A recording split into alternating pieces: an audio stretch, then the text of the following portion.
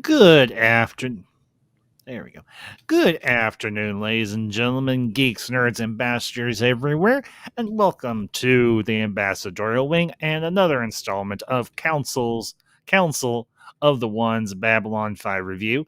And I know this is not our normal time for when we go live, but got a few things going on tomorrow, and myself and the rest of the council, we discussed some things, and we decided this would be the best day for us to do our weekly review. So appreciate you all being here, and to everybody that is out there in the chat, Archer Colin, and I know Mountains of Elysium and Fiona Wolf, my two fellow council members, y'all have been chatting it up in the obviously in the chat, and glad you're here. And well, guys, I know, like I said, I know it's not our normal day, but glad you're both here. And how y'all doing? How's your week's been? Been a fun week, and so glad to be here. Trying to ignore some of social media and keep on writing, and actually watching more of Space 1999. I go to the past to look towards the future. That's not a bad idea. The only problem is you might be a little disappointed because the past about the future didn't always pan out the way it should be, because we should have been on the moon already. Anyway, where's my flying DeLorean? Yes, where's my flying DeLorean? Where's my flying car? Where's my robot maid? And where's my hoverboard? I was promised these things by fiction. Why hasn't some genius built it yet? But that being said, today we continue our review of Babylon 5 Season 4 with the episode Lines of Communication. And unfortunately, our fellow council member, Lord Koj, is not able to be here. He's still currently at work. And to Koj, my friend, hope you have a great day. We miss you, and we look forward to seeing you again. But he was good enough, much like Council Lady Fiona. He has given us a nice little video review for us to peruse and listen to. So I'm going to cue that up. We'll listen to what Council Member Koj has to say, and then we will go from there. So give me just one moment, and I will do precisely that.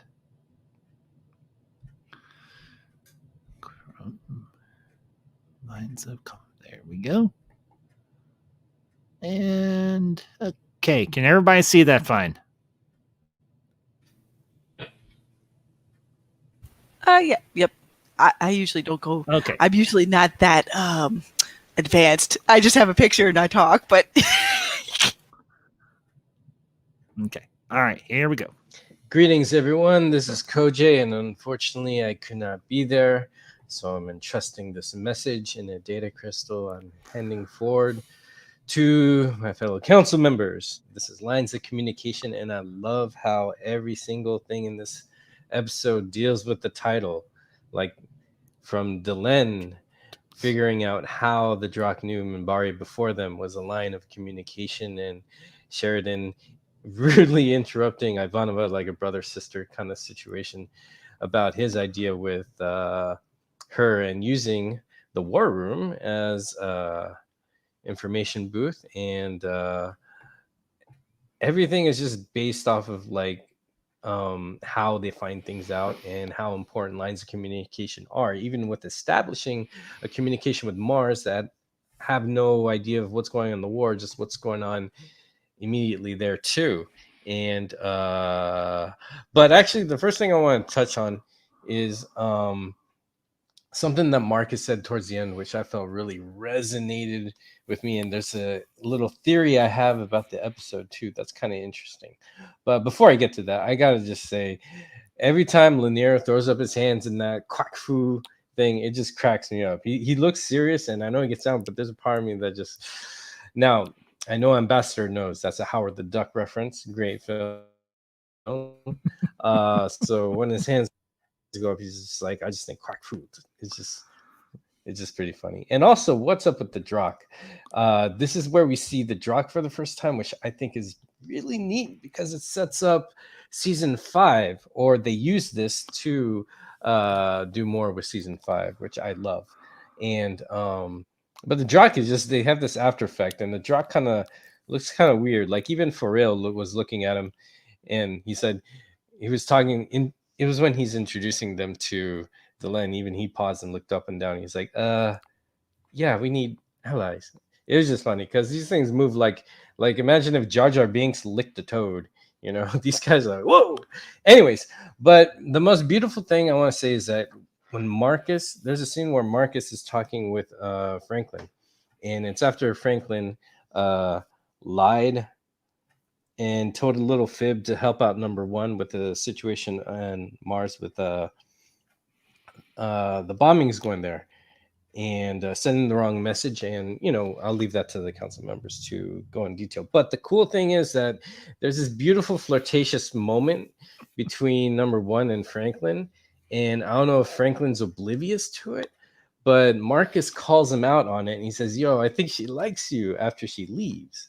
And Marcus is talking to him, and as he's talking to him, I swear, here's the thing, I believe that number one was coming back because she wanted to say something to Franklin, because I think she really likes him too. But she overheard what Marcus was saying about encouraging Franklin to ask her out, because she cut that corner really fast. So I think she heard what Marcus was saying, because when she said and gave him guard duty orders to Marcus, Marcus agreed way too quick. I sometimes wonder, and I think it'd be cool if but anyways, there's a very beautiful thing that Marcus says in and when he's talking to Franklin, just to convince him to give her a chance. He says he's talking about the war brewing with Clark and Babylon 5, and he says, like, only now it's a different kind of war. Maybe the worst of the two. It's hard to know who to trust. A situation like this makes you afraid, makes you want to reach out to someone who may just feel the same way as you do about things, and who might be willing to risk this much to help you when the rest of the world just didn't give a damn. And I just think that's just deep in life, because times are hard, especially now. And that's just a really beautiful thing of like reaching out to someone who you connect with. It's just a beautiful thing, because this is season 4, and we have one more season after this, and this is done. And this episode is shot and told so beautifully at a very interesting pace, where I didn't feel a rush, but I was just drawn into it. And I kind of feel like this is so cinematic, because the ups and downs and adventure of this episode doesn't go as expected, but it just feels like there's this anticipation building up. Oh, and before I forget, there is this really cute moment between Sheridan and Delenn when they're in the beginning, when she's telling him he has to go, and he's a little concerned. And as soon as he shows the concern, she's like, wait, hold up. It's cute, but remember who I am and what I do and what I can do. And he's like, yeah. And then she still holds on to his look a little bit longer. She's like, yeah, and he's like, yeah, you should go. And then she's like, good, thanks. It's like, I like that Delenn keeps her game face and doesn't, I feel like she's really committing to what she has to do ahead in store, because it's hard and she needs to be at her best. And they've already been through enough. So I'm glad that they didn't go in a direction where she's like, and remember me, where it's like a little bit like dire, because they've been through the worst by now. So I think she's just ready to do more solving things, so then they could get back to whatever plans they have, because they have a lot. This is the episode where a lot of cards get stacked carefully, but it's going to pick up a huge momentum after this. And yeah, this episode is gorgeous. And I guess the only bad side about this is there's no Jakar. That's the only thing I could think that's bad.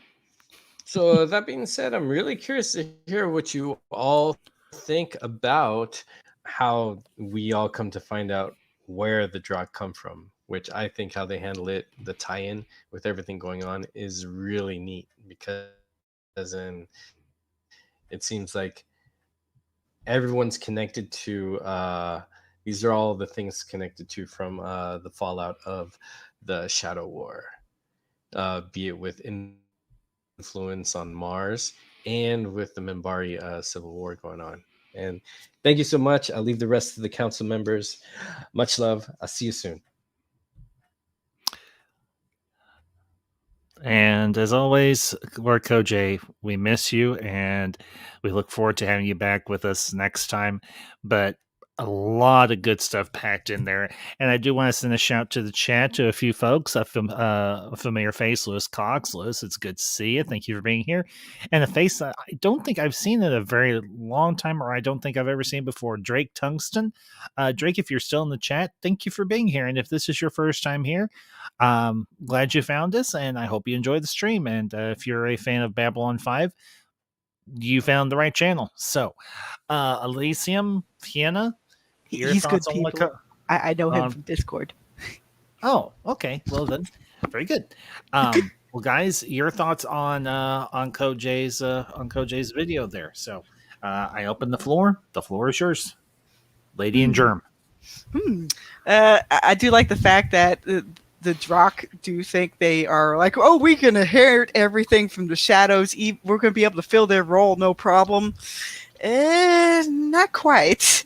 They might have the drive to be like the shadows, but they aren't there yet.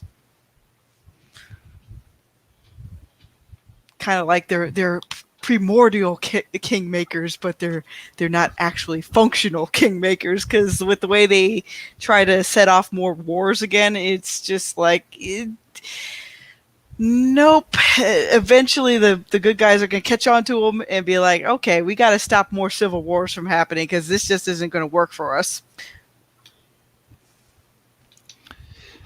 Well, Elysium, your thoughts? No, I think Koji did a pretty good job. I liked his mention about the interaction with Delenn and Sheridan, and they have two great interactions at the beginning, bookending the episode. The episode, yeah. Well, I will say this. The theme of lines of communication, obviously, with the title, is very appropriate for this episode, because you've obviously got the lines that you've got the whole situation within the Minbari Federation, and now you've got an interloper in the form of the Drakh. And then, of course, you've got the whole issue of ISN, which is essentially the propaganda arm of the Clark regime, and that's what I will refer to it as. I do not view it as a legitimate government. I think Clark is he is a tyrant, a petty, balding, fat, no-chinned tyrant, or multi-chinned tyrant, if you prefer. Anyway, that hurts. Yeah. Look at my picture. Well, Garibaldi is a plus side for bald men everywhere. Yes, that's true. I will agree with that. But, and of course you've got ISN just going, we're just going to continue to hammer and hammer and hammer and hammer and hammer and hammer on Babylon 5 and talk about how bad John Sheridan and Susan Ivanova and everybody else is there on Babylon 5, and just how rotten everything else is for everybody on Babylon 5. And Sheridan's like, all right, enough of this crap. We have to do the counter news, or would that be counter news? Yeah. Yes. And since Ivanova has pretty good announcement chops, it's like, you're hired. Well, I will say this. It's funny to me when he's like, I've got it, and she's like, what am I, Chop Flarn? And he's like, well, Right. No, you're not Chop Flarn. It's just he's like, I didn't notice. And she's like, okay, obviously I have no interest in you. You have no interest in me. But she's like, at least compliment me on my outfit before you, and then go on to tear. And he's like, okay, well, nice outfit. And she's just like, just a tip. She's like, I wish I could just space him right now. And just so aggravated. And But she's the like, thing is, though, he doesn't know if, like, he has blinders for Delenn. I'm sorry, Ivanova, but usually brothers don't notice their siblings in that way. At least unless it's a Tennessee Ernie novel, Oh boy. We need- or perhaps Game of Thrones. Just saying. Hey, you know what? Being I brought up Game of Thrones, that gives me an excuse to play this. Ei avata sosialikään, rikkoja.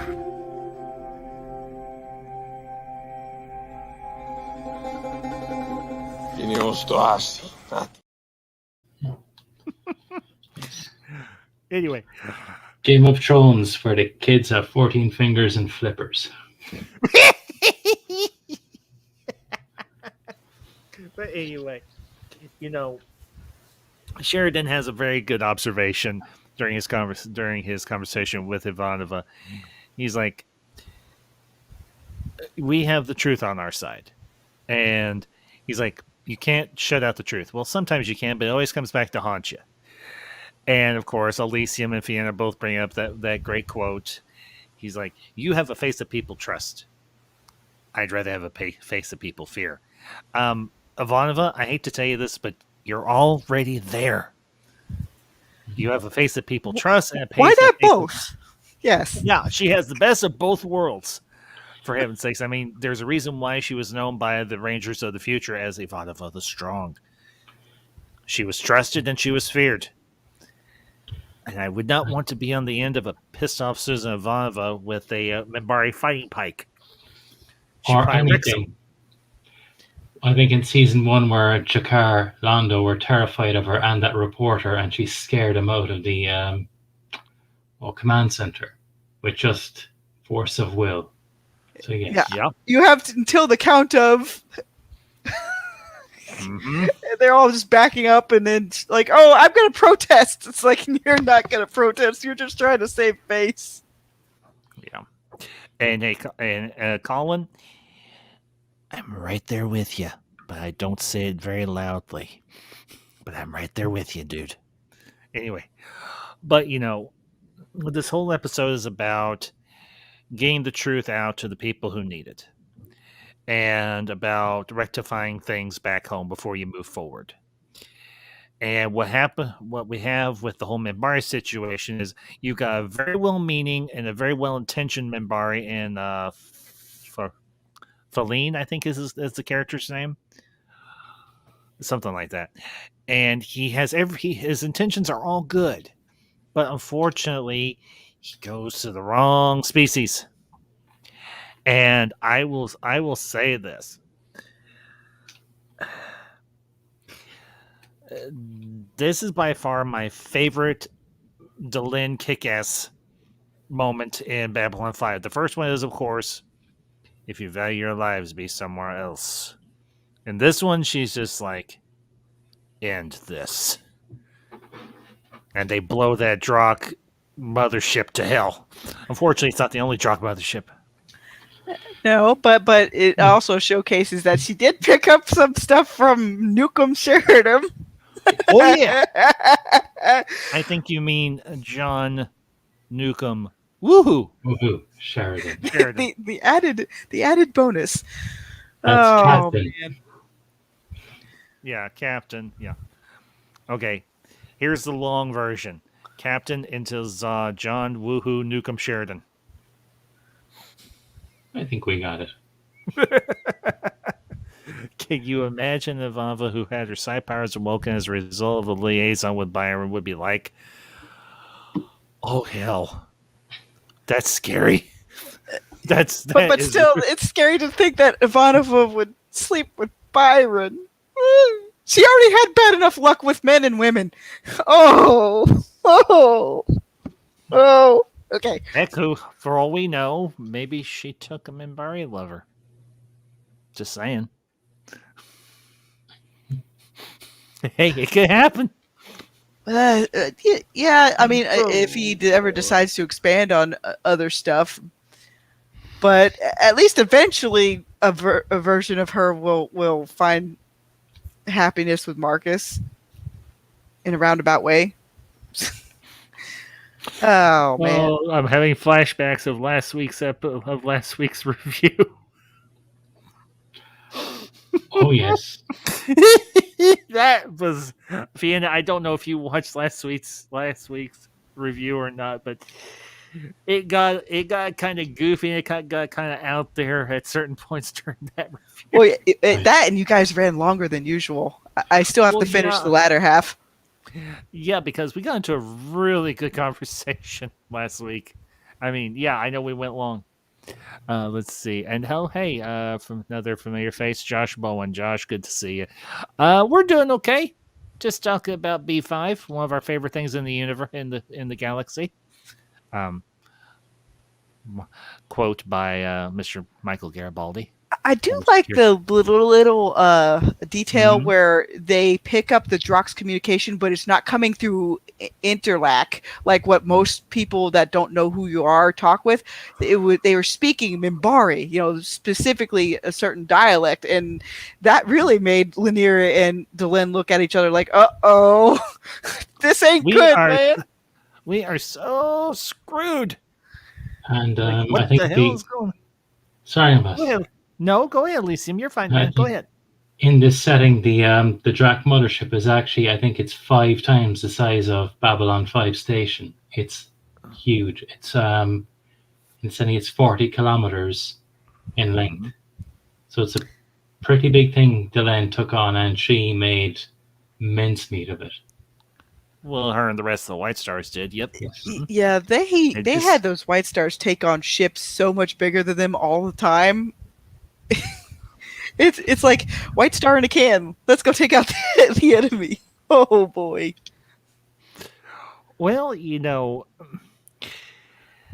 considering it's a cross between Minbari and Vorlon technology, it worked. And it worked very, very well. I know some people said it looked like a plucked chicken. Yeah, if a plucked chicken that can kick ass. And let's be honest, the White Stars could kick ass. Yeah, Of they course, we eventually got- tie that remark back up into season 5 with the two, dock workers or the maintenance guys. I think it was called A View from the Gallery or something like that. Mhm. Yeah, eventually they'll tie that in, and I just think it's interesting to see stuff from other characters' point of views, to see the main characters through, kind of like how this one guy is so desperately trying to help his people, because I'm guessing he lost some people to when the military cast basically shoved everybody out the door to let the elements kill them. I'm like, oh my Yeah. god. Oh yeah, Feline, I think is the character. Pharrell?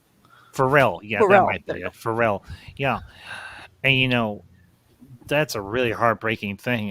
And Delenn is just like, how can our people do this? And he's like, well, without the Great Council around, the warrior cast, everybody else is just doing what they like. They don't care. And they have no roadmap beyond a certain point because Sinclair didn't know what happened after a certain point, Yeah, time loop and all that.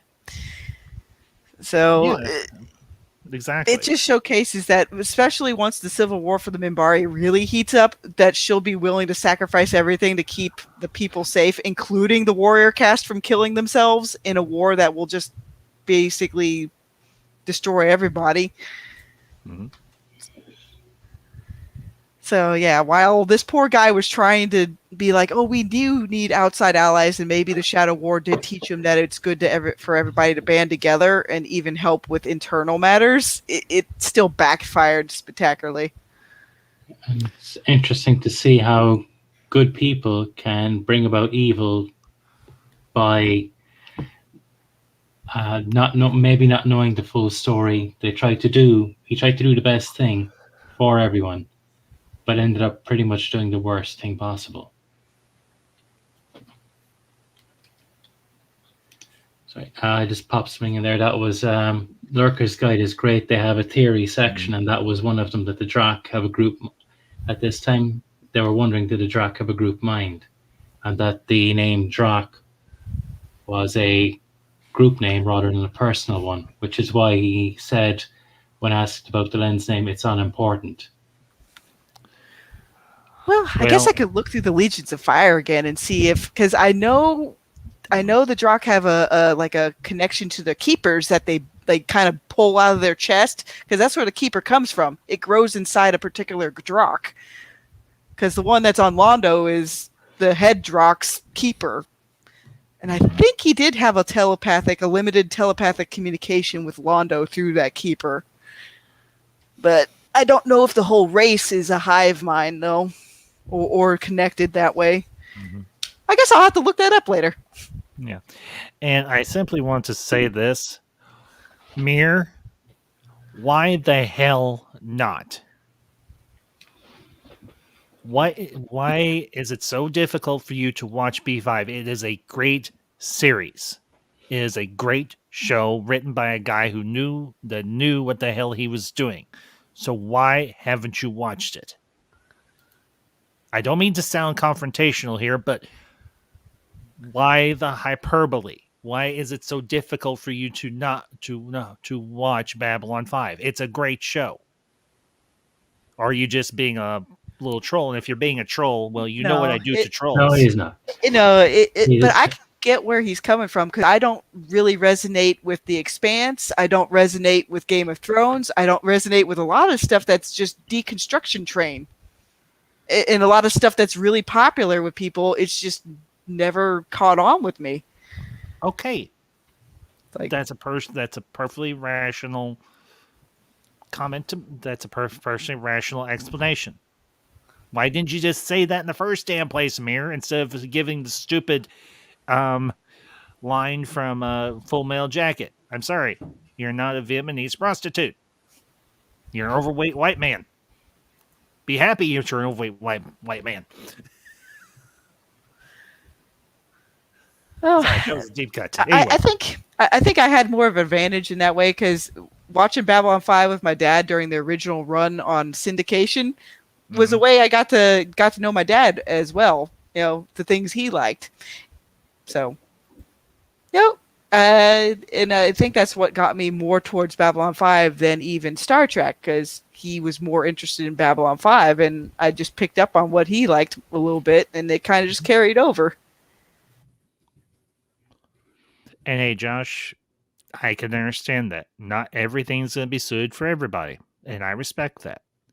I'm not trying to be mean or anything here, but instead of giving me some dumb quote from a movie, just tell me why.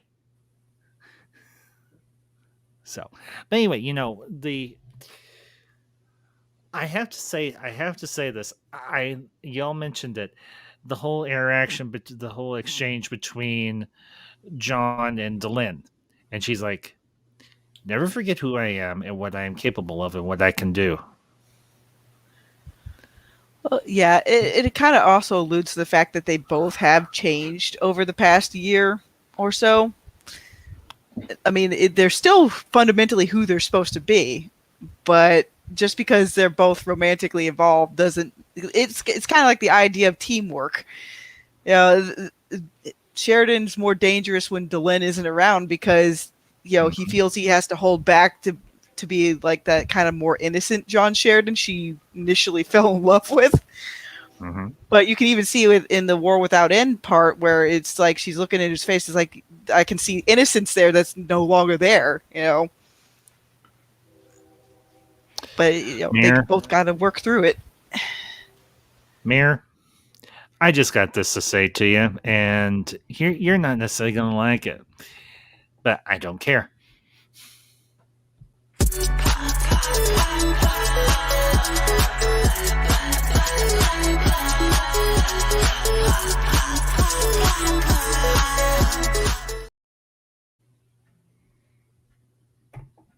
Anyway. But anyway. Oh, Drake Tungsten, that's a hot take, but that's a take I will fully endorse. B5 greater than DS9. Yeah, I mean, DS9 had the advantage of having a bigger budget, but I think Babylon 5 had a more interconnected story.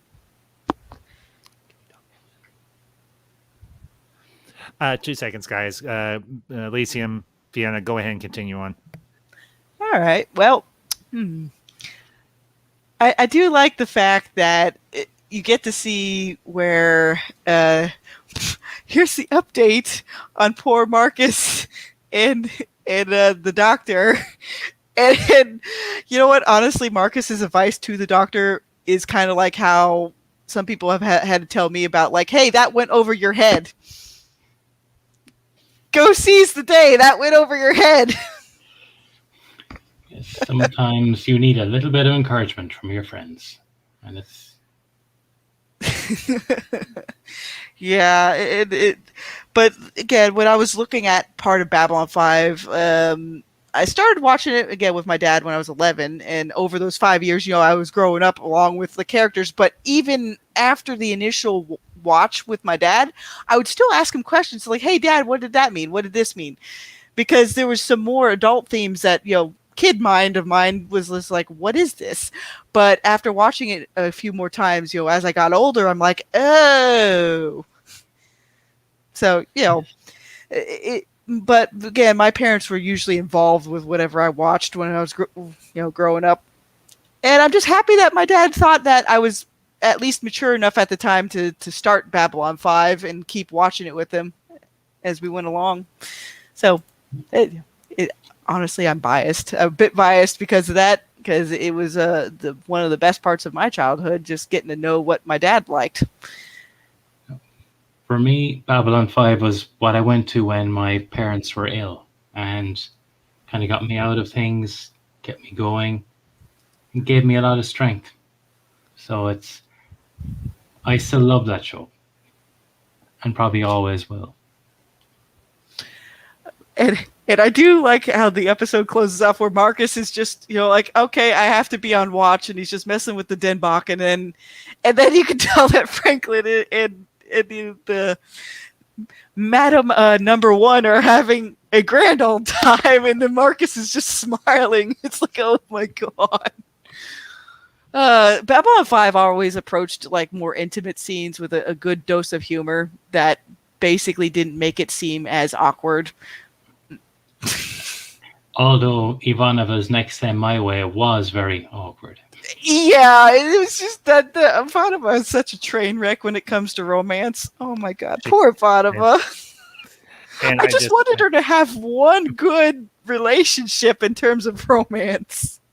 Anyway, and I do want to send a shout to the chat. Hey, Mir, I'm just giving you a nice, good-natured ribbon. I appreciate you being here. And hey, dude, if you don't, like I said, if you don't like B5, that's fine. No offense taken. And hopefully, I'll see you tonight. If you're free and everything, I'm actually gonna be doing a live stream, a retro review and everything, but we can talk about that later. And Brightest Day, good to see you. I have seen you in some other streams that I have either been on or been in the chat with. So thank you for being here this afternoon. Anyway, BSG, whereas BSG was just like, yep, these two are fracking now. And although I think the Baltar, those 4 or 5 are fracking now. Oh god. Sorry about that. Sorry about that. I had to talk with the missus for a minute. So what did I miss? Anything?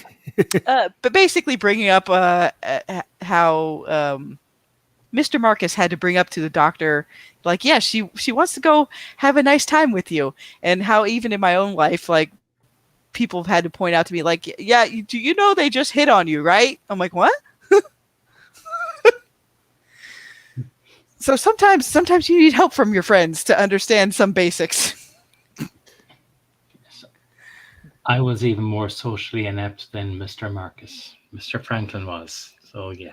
Oh, for heaven's sakes. I mean, I know Franklin has had many, like, short little trysts and so on throughout the run of B5, but when you've got a woman as beautiful as Number One, who quite literally Number One is a 10,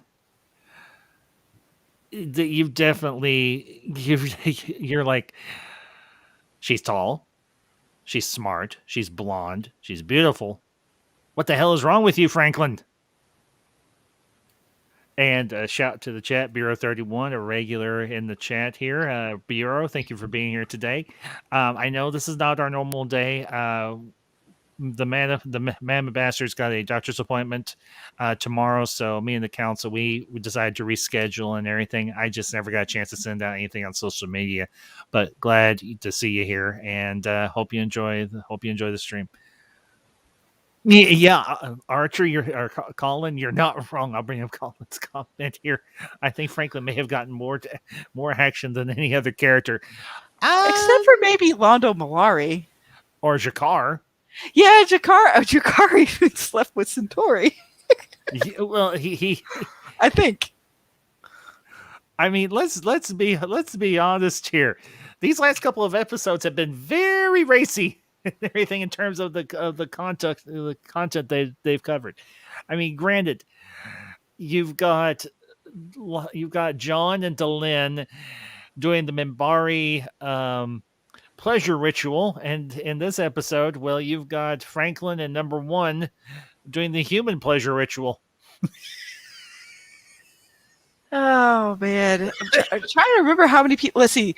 Franklin dated the lady from the past, at least a little bit, but I don't think he got past a certain point with her. The lounge singer, Mm-hmm. and also Number One. I'm trying to remember who else. Did he? He might have had one or two other people. I'm trying to remember, but in his own way, Franklin was charming, but he just had to get out of med lab. Yes, that's true. Because when you're up to your neck in all sorts of guts, quite literally, it's kind of hard to be charming. But something else about this episode I do want to remark upon is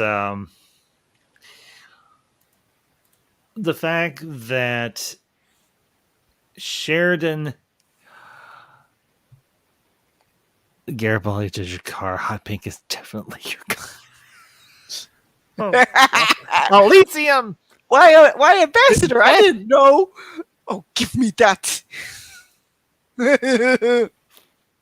We don't thump the book. Oh my gosh. Yep. And then of course Lanier's not Lanier, but God, I'm blanking. Veer's line about we have 7, and Bob was like, oh, 6. Oh. Oh, We have 7 levels of intimacy. I think honestly, when it comes to like certain kinds of romance scenes, you could say more with less. Really? Yeah, and I will say this about Marcus's comment to Franklin. He's like, when passion knocks, go after it.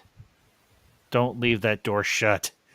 Well, clearly, by the indication of at the end of the episode, when Marcus is staying guard duty and he keeps retracting and extending his Minbari fighting pike, and you hear, "Oh, Steven." And what's sad is Marcus doesn't even listen to his own advice. It's like, you should have made a move, you darn unicorn. You're not wrong, Vienna, because think about it. Why didn't he just go, Ivanova, I love you. Now let's go boff. Man, yeah, it's just all these civil wars are just going to hurt all these people in different ways, and it's like, oh boy, season 4 is just filled with a whole lot of gut punches because they had to pack 2 seasons worth of stuff into one. I mean it though.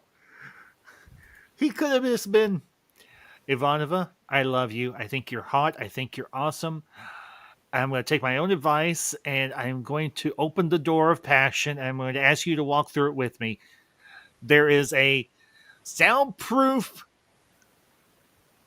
sleeping chamber in the aft of the ship. Let's go strip down and get wild.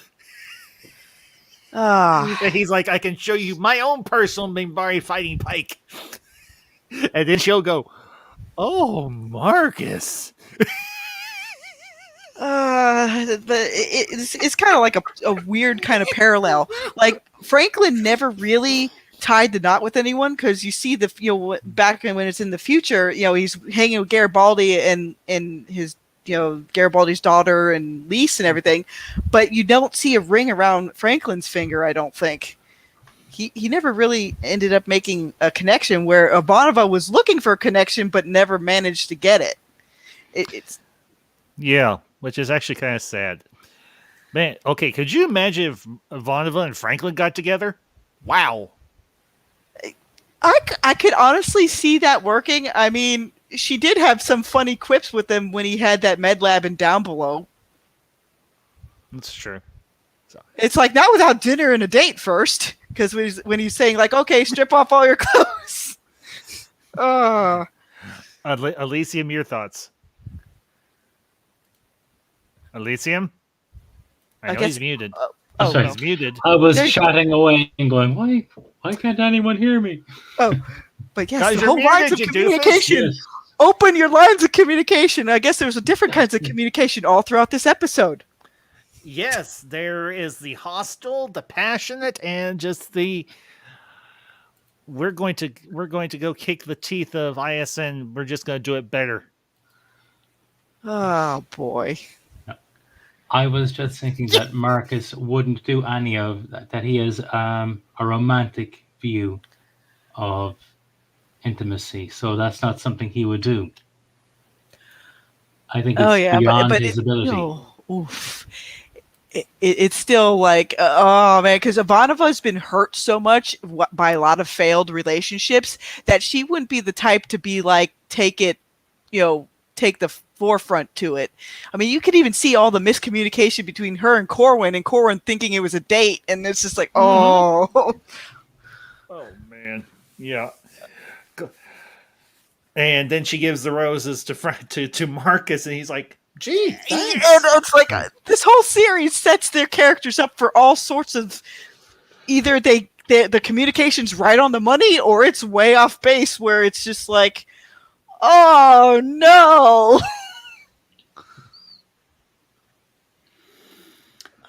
Yeah. But like I said, for all we know of Ivanova, once she became leader of the Rangers, maybe she found herself a nice Minbari fella to settle down with. It can happen. I mean, John got himself a nice Minbari lady. Why can't Ivanova find herself a nice Minbari fella? Or for all we know, maybe there are certain Minbari women who, well, go that way. It's a possibility. Ooh. And apparently the reason why the Drox shimmered in the episode, according to the special effects technician, the costume didn't look convincing enough, so they gave the otherworldly appearance in post-production. Because that was really convincing after they did that, because I'm like, that thing's creepy. And Creepy? Go I ahead, know Elysium. I think I know it's headcanon, but we have changeling nets in earlier seasons, and for a while I couldn't figure out why does it look so creepy, like the frame rate has been reduced. Mm-hmm. So I always thought there was a changeling net with the with exactly the frame rate reduced, so it would walk like a stealth, but just show a picture every now and again of the image, just to make it disconcerting to those watching. Well, now, and here's the other thing, too, because if you remember, the character says emissary speaks for Drock, so it's actually not a proper Drock. It's an emissary for the Drock. So we still haven't seen it. We won't see an actual Drock, I think, until, season 5? Yeah, when Mick Shady Drock behind the throne is like, I'm going to gloat at you now, Mr. Molari. Muhaha. And what's funny is they got the same guy who played Lorien to play that role too, Alexander. Oh, Wayne Alexander? Yes. Man, he makes 3 appearances in the series. First as Mr. Sebastian, then as Lorien, and then as the Uber Drock. Yeah, there is a name for him. I'm trying to remember what it is. Oh, goodness. But yeah, he does an excellent job. Oh, my goodness. Yes. Anyway. Well, guys, any other further thoughts on this episode? It was, has popped a quote in the chat. 2 seconds. There we go. Minbari build cities so they last for centuries, even millennia, but humans seem to live unchanged, taking things down and putting Things up in their place. That Yeah, just say, I'm exactly. gone for the weekend and you change.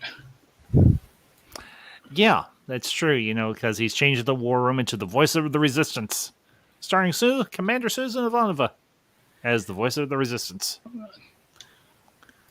Oh, and the Lurkers guy did make a note of how Delenn did go uber like retaliation, for losing a White Star, but she was in control of her actions much better than what happened with the first meeting with humanity. Oh yeah, It's like, she did. oof.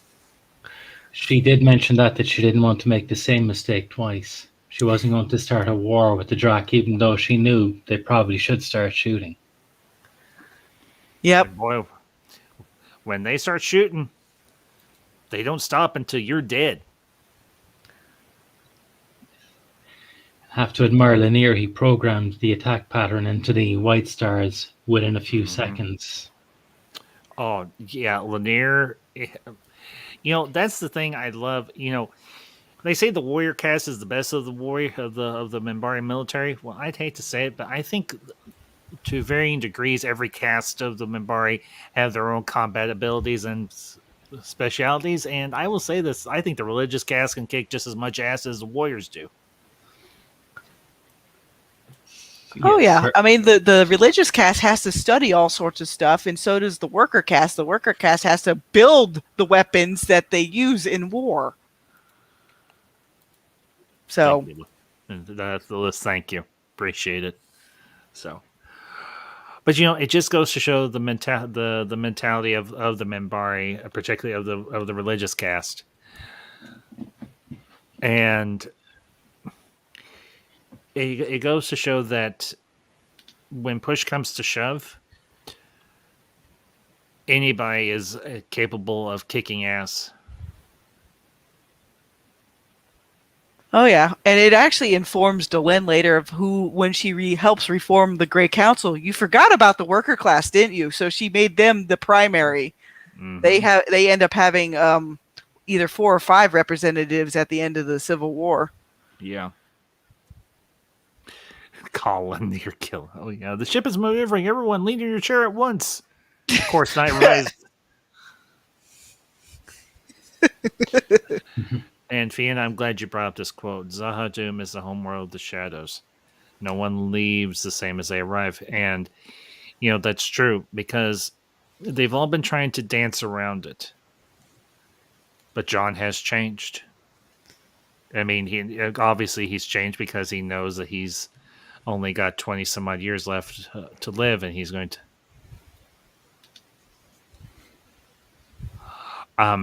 Elysium, you have my leave. You're No, I kind of sometimes with these, but that subject it can cause problems. But it's the idea of it should be. It's appropriate here. Go for it.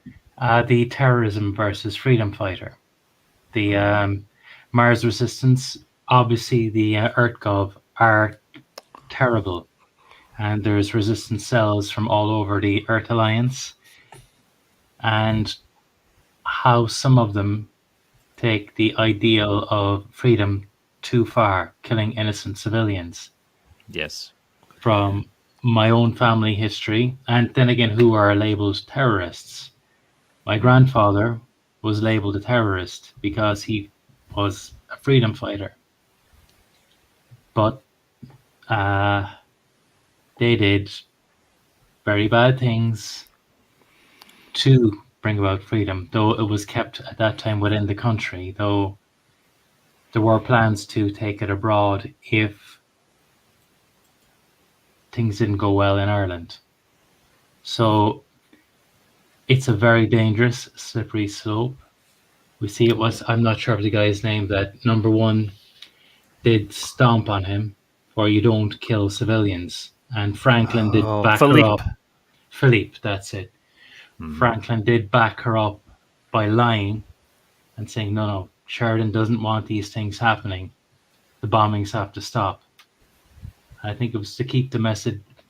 Again, I go back to, and we mentioned Wayne Alexander earlier, comes the Inquisitor. And Lanier mentions it that if you do the right thing for the wrong reasons, or the wrong thing for the right reasons, the it becomes the I can't think of the name. The foundation or the work becomes corrupt.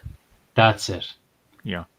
And Philippe was corrupting they were giving the propaganda, handing propaganda to Clark. Yeah, because every time they make a wrong move, that's the kind of move that Clark would ultimately do, and he'll use that against people trying to do the right thing, because he's more than willing to do the wrong thing for every kind of reason. Mm-hmm. So, well, and if I do go ahead, Elysium. So just answering, I was about to type there, but my internet's a little slow to say to Colin. No, I don't know Blake 7 yet, but I will give it a look. Okay. Fiona, I can't remember if you were here for when we did the episode from season 3 called Zaha Doom, but I actually did some research on it through ancient Hebrew because the structure of the name does bear many resemblances to ancient Hebrew, and I think one of the translations or that I looked up because there's nothing solid or concrete because you're taking an English nonsense. Well, I don't want to say nonsense, but you're taking a proper English name of a planet and plugging it into ancient biblical Hebrew. But the rough translations I came up with were the place of death, or I come up from the tomb, or something along those lines. So what you put in there is not far off either. So, but John obviously has come back changed, and we're just seeing the extent of that change now. It's at episode 11 in season 4. He's been trying to hold back and pretend that everything is as it should be. He's been trying to play subterfuge with Lynn, the one person that knows him better than he knows himself. And unfortunately, he can't fool her. As much as he wants to try to, he simply can't. And she realizes that he's got to do some things that are going to be potentially dangerous, and he needs to just cut loose and let go and do what needs to be done. So, but anyway. Well, guys, any final thoughts before we wrap up for the afternoon?